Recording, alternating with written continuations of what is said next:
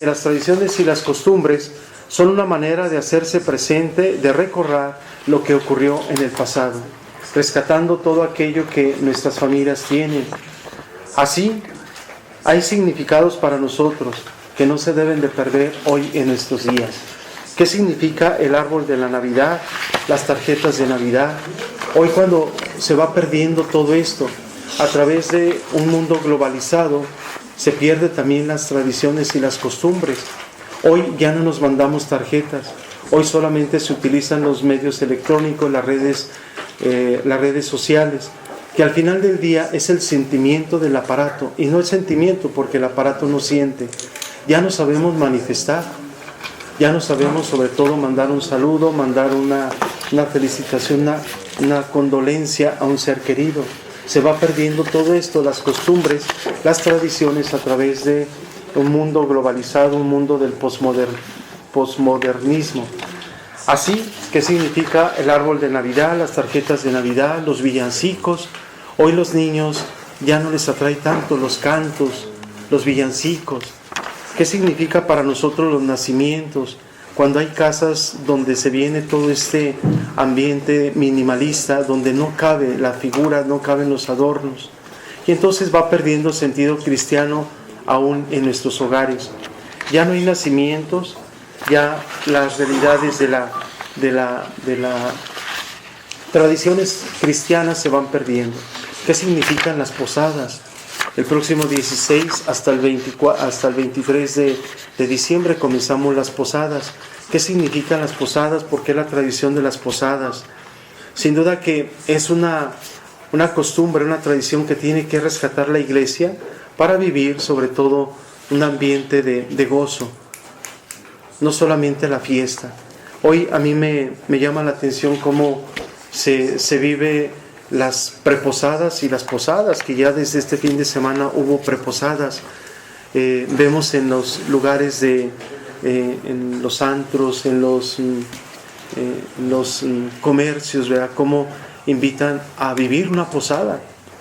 Yo creo que nos deberíamos de preguntar si verdaderamente la naturaleza de la posada es cristiana, es espiritual.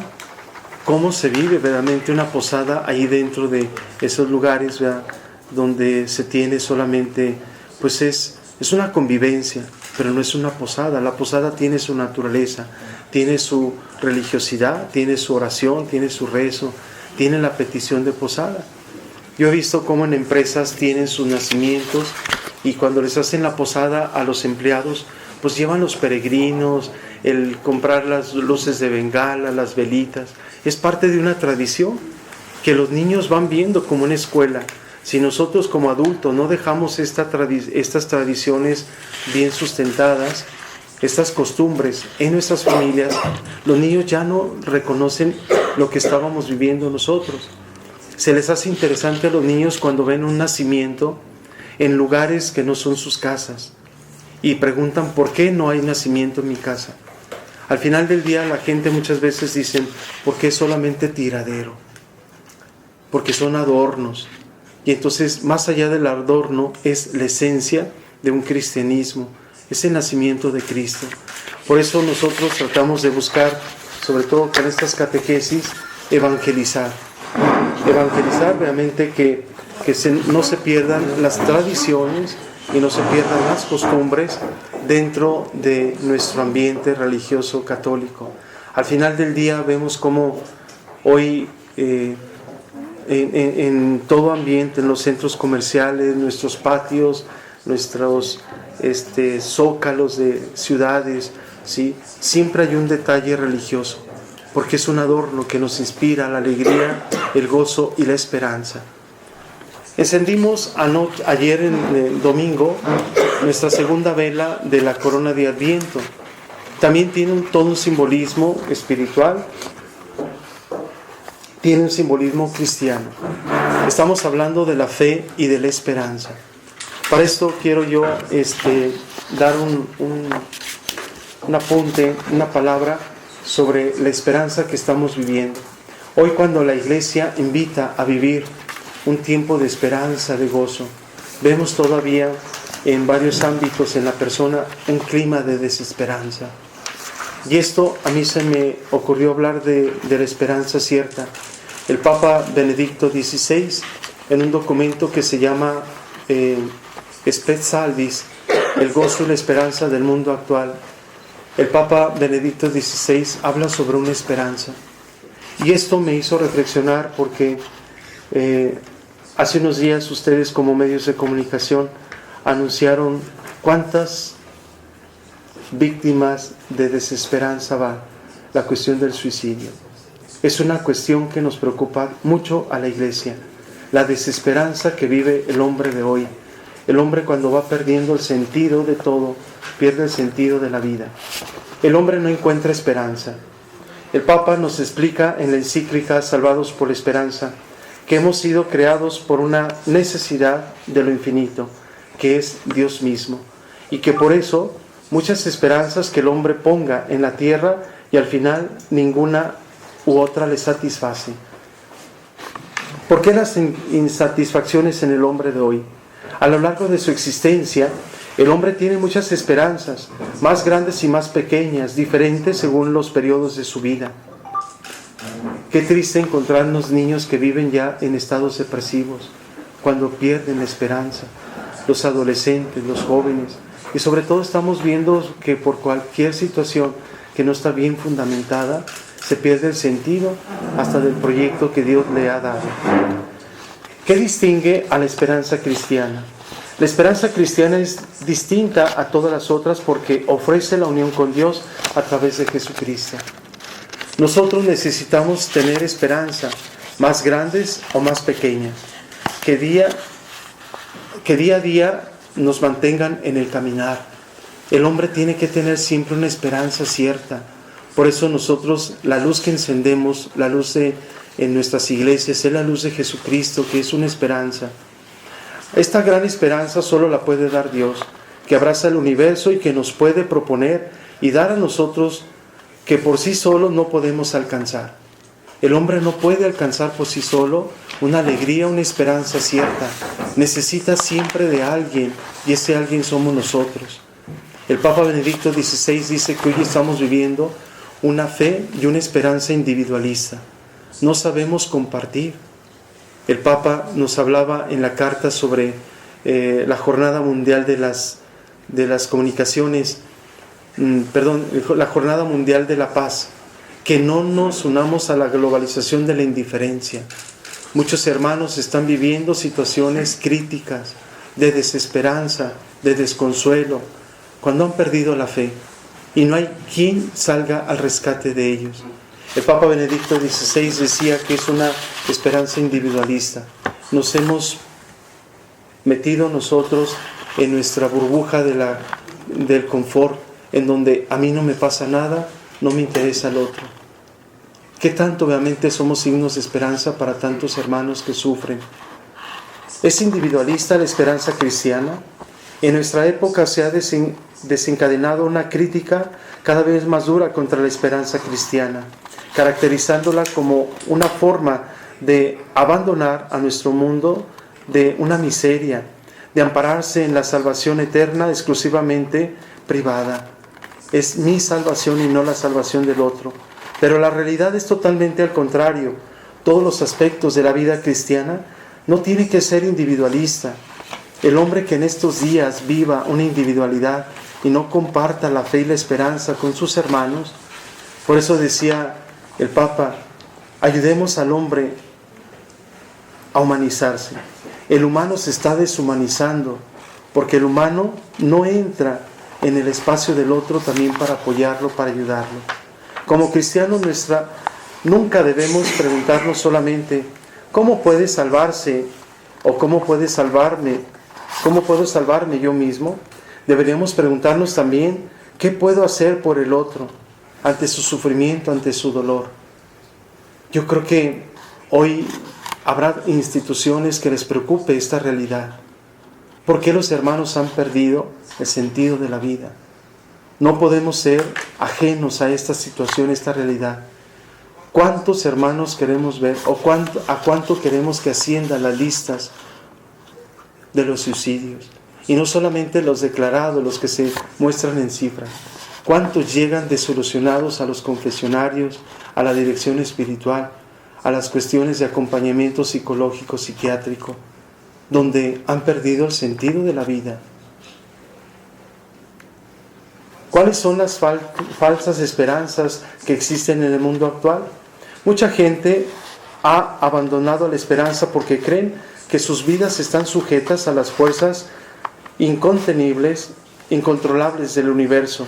Sin embargo, como explica el Papa en la encíclica de Salvados por la Esperanza, no son los elementos del cosmos, las leyes, la materia, lo que defina y gobierna al mundo y al hombre, sino Dios. Para nosotros, desde el pensamiento cristiano, la falta de esperanza, la falta de paz en el hombre es la ausencia de Dios. Cuando el hombre no toca la experiencia de Dios, por eso vive esa desilusión. Hoy vemos, ¿verdad?, cómo por falsas esperanzas llama la atención cómo personas a temprana edad corten con su proyecto de vida. Hoy cuando también se vive, por otro lado, el grito desesperante del hombre que quiere vivir, cuando se ha enfrentado a las realidades de la enfermedad, del dolor, de la muerte. ¿Cuántos niños no vemos en las instituciones, sobre todo que caminan en ese mundo del cáncer, de la leucemia? Hoy cuando ataca fuertemente estas enfermedades a nuestros niños, se ve el grito desesperante de los padres, de los niños que quieren vivir. Pero jugamos paradojas a la vida. El que quiere vivir no puede y el que puede no quiere. Yo creo que es una reflexión cuando verdaderamente aquilatemos nuestra vida, lo que Dios nos ha dado. El hombre pierde el sentido de la vida porque pierde el sentido de Dios. Es el pensamiento cristiano, porque no ha encontrado un proyecto de vida. Cuando el hombre encuentre un sentido y el proyecto de su vida, va a poner interés en lo que le ha tocado vivir. Hoy el hombre pone sus esperanzas en falsos medios. La esperanza del poder, del tener. El hombre vale porque tiene. Cuando el hombre deja de tener, es el hombre que deja también de ser. El hombre ha puesto hoy su felicidad más en el poder, en el tener, que en el ser. Hoy para el hombre tiene que tomar decisiones correctas y estrictas. Una de las faltas de esperanza también para los jóvenes es la falta de carácter, porque no hay maduración de carácter. No se es posible cuando tenga una desilusión el hombre en el caminar de su vida y con eso acabe con proyectos de vida. Qué triste que una desilusión de amor acabe con la vida del hombre. Qué triste cuando una enfermedad no la pueda conllevar una persona y acabe con la vida. Creo que es falta de carácter, falta de encontrar verdaderamente también una mano amiga que le ayude a salir en esos momentos. La fraternidad de la cual nosotros hoy hablamos cristianamente es el acompañar a nuestros hermanos en los momentos más críticos y más difíciles. No podemos hacernos sordos ni ciegos a las necesidades de los hermanos. El tiempo de Navidad y de Adviento Navidad es una invitación que la Iglesia hace para compartir. Que no perdamos la oportunidad estos días de compartir nuestra vida, nuestro tiempo, lo que nosotros tenemos hacia los más necesitados. Vivimos en un mundo de desesperanzas, pero la esperanza cierta también nosotros podemos compartirla hacia los hermanos. Indudablemente ofrezcamos nosotros nuevas posibilidades para el hombre de hoy, posibilidades abismales que muchas veces causan el mal, posibilidades que atentan contra la misma existencia. Todos nosotros somos testigos de un progreso que muchas veces para el otro es incansable, pero tenemos que buscar en el hombre también una alegría, un acompañamiento a su propia felicidad. ¿Cómo podemos nosotros cultivar la esperanza? Muchos se preguntarán, no solamente Dios, no solamente una espiritualidad es lo que puede llegar a sacar al hombre. También necesitamos el esfuerzo, necesitamos unirnos, crear fuerzas de instituciones para acabar con esta digamos, esta pandemia del pensamiento del hombre de hoy. Queremos decirle al hombre que hay una esperanza cierta, es Dios. El Papa indica 4 momentos en el cual el hombre tiene que aprender a encontrar la esperanza. Que sea un hombre de oración. El hombre, por su naturaleza, es un ser religioso, que siempre tiene que buscar a ese ser trascendente que se llama Dios. Y el hombre, cuando no vive ese encuentro con Dios, con la oración, es un hombre vacío, es un hombre que camina simplemente en su desierto propio. Segundo lugar y momento donde puede encontrar el hombre la esperanza, después de la oración, el actuar, poner lo que está de nuestra parte. Por allí hay un autor de un libro que se llama Al diablo con la negatividad. Hoy vivimos dentro de una sociedad que se vive la filosofía del nihilismo. Vean ustedes cómo el ambiente de los jóvenes vive la filosofía del nihilismo, la filosofía de la nada, del ya para qué. Eso no tiene sentido. Eso no tiene razón de ser. Vivimos en un pensamiento absurdo. En vez de construir un pensamiento positivo a través de nuestras comunicaciones asertivas, a través de ir creando en el pensamiento del hombre que se puede hacer algo, que no todo está perdido, que hay una esperanza, que podemos ponerle en el hombre y nosotros mismos una transformación de una sociedad, de una familia, de una situación personal, una situación a sus necesidades, a sus situaciones. Pero es de todos. No se puede caminar con pensamientos absurdos, negativos. No podemos vivir entre gente negativa. El hombre tiene que ser positivo. La esperanza el futuro tiene que ser esperanzador. No podemos vivir en un futuro que nos vaya a traer realidades o situaciones de la nada o arruinarnos. Después de la oración es el actuar en nosotros. La esperanza en un sentido cristiano es un tiempo de esperanza que muchas veces nosotros no ponemos también una gran parte de nuestra realidad es hacia la felicidad. Finalmente, otro lugar donde podemos aprender la esperanza es la alegría de los demás. Es un tiempo de alegría, de gozo. No podemos solamente anclarnos en situaciones en donde veamos la actitud extrema, porque la actitud extrema, la actitud negativa es contagiosa. Nos podemos contagiar de la negatividad de los demás. Yo creo que el tiempo de Adviento tiene que ser para nosotros una actitud más consciente. Ponemos la esperanza no solamente en el hombre, sino en Dios. Ahora, en esta realidad que vivimos, un tiempo de alegría, de fiesta, no puede haber y no tiene que haber un corazón desesperanzado. Yo creo que para tantos hermanos que viven estas realidades tan tristes, que nos unamos a Dios. No puede haber una realidad triste y negativa si está la presencia de Dios. Para el hombre cristiano tiene que tener una esperanza cierta. Nuestra invitación es que toda nuestra sociedad, que todos verdaderamente nos unamos a esta situación que está pasando.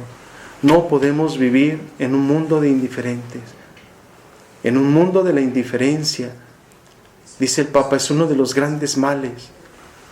La Madre Santa Teresa de Calcuta decía, el peor pecado del hombre de hoy, no solamente del cristianismo, del humanismo, es la indiferencia. ¿Qué pecado tan grave estamos incurriendo cuando somos indiferentes a las realidades de los demás? A la pobreza, al hambre, a la injusticia, a la desilusión y sobre todo a la misma muerte. El hombre que vive indiferente no puede ser cristiano.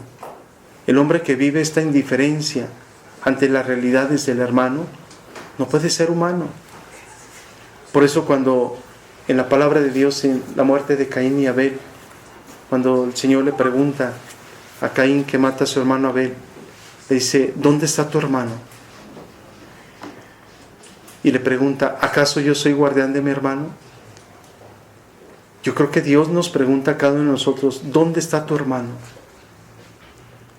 ¿Dónde está aquel que está sufriendo? ¿Por qué lo hemos dejado? ¿Qué responsabilidad tan grande tenemos como iglesia?